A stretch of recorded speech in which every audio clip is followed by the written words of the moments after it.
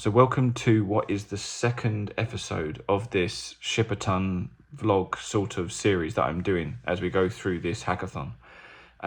Two little points before we get into this really. So first of all, this isn't typically how I'm going to film these videos. I just thought because of things happened over the weekend where it didn't all go to plan, and I thought it'd be easier to explain it in this format than the vlog style. So hopefully that makes sense. And then second of all, the first video I did, the intro video to this, was absolutely terrible sound, and I just want to apologize for it. Someone did message me about it, and I watched it, and yeah, it sounded terrible. And it didn't sound that bad during editing. For some bizarre reason, as it's rendered, it's made it 10 times worse. So I'm considering going back and fixing that, maybe refilming bits of it just to have a video up there with actual decent sound. So I might do that at the weekend. If you see this in the future after that, maybe it's fixed. Anyway, this is the second one. So we are currently at the end of August. It's August the 28th. And this is the update for what progress has been made since the introduction. So let's get into it. So right, as we went into the weekend, I had basically constructed the idea for the app. As I mentioned in my video, if you could actually hear it, that the app that I'm doing is centered around autism, specifically parents of autistic children, because I have a son, he's autistic, and there was a certain tool that we were looking for, me and my wife, and we couldn't see it. There was only one other app that did this specific thing, and it hadn't been updated for like 5 to 6 years. So I saw that as a niche, and I've been sitting on this for a little while, and this Ship-a-ton hackathon was the perfect motivation to try and push me to do the app and to make the app and to get it out there.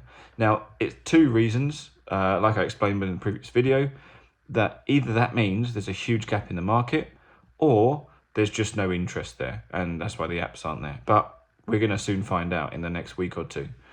So going into this weekend, I'd done the basic design of the app. I had done the basic views, sort of constructed the basic frame layout of what I wanted to do. And I'd started researching, because I hate dates, and the main functionality of this is a calendar.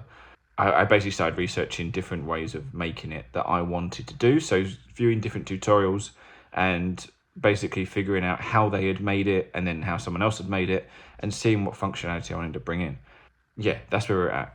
Now, hit into the weekend, and it's a bank holiday weekend in the UK, and I really wanted to push to make some serious progress. 3 days, and it was brilliant. It was going to be busy 3 days, but it was really open. Now, let's go into what actually happened. Now, the reason I'm saying this is because the weekend was really busy, and this isn't to make excuses, but I do want to share it because some people may be in a situation where they're trying to balance life and learning to code or making their own app or whatever it may be. This is just to show you that other people are in the same boat, and this is what we all struggle with. So you're not alone, you're in it together. Now, let's have a look at the weekend. So initially, I finished my 9 to 5 job on Friday, and I had to spend the evening helping my father-in-law sort of seal a roof of a shed that he was doing. So that was Friday, a bit of a late night. Saturday, I had one of my cousins was getting married. So I was at the wedding, obviously again, late night. And then on Sunday, I was out in the morning, and then I had to go sort of afternoon and into the evening round a friend's house. They were having some people over for some people that were moving away, a little get together. Again, a little bit of a later day. And then Monday, my brother was organising a cricket match, which was very English of him. And I don't normally play, but some people had dropped out. He needed somebody to sort of cover a player. So I stepped in and played cricket all day on the Monday. Now, each one of these resulted in sort of a busy or late evening, which made it just a struggle for me to get up in the morning, quite honestly. So, and the day was already taken care of in time-wise. So coding-wise, it didn't leave much avenue. And if I had been honest with myself, I could have pushed it more, and I could have done an extra hour or two at least, minimum, more coding than I did. But That's the way it goes sometimes, and that's the life that you're trying to juggle. And you may be doing this too, so well done if you are. But yeah, just the situation some of us deal with. You're not alone. We all have to do this. So anyway, that's what happened. The amount of code did I do? The secret of this is very little. So what I did get done was just constructed the view of the calendar. So I made that a simple calendar view by using one of Stuart Lynch's tutorials, which was really useful, and that was great.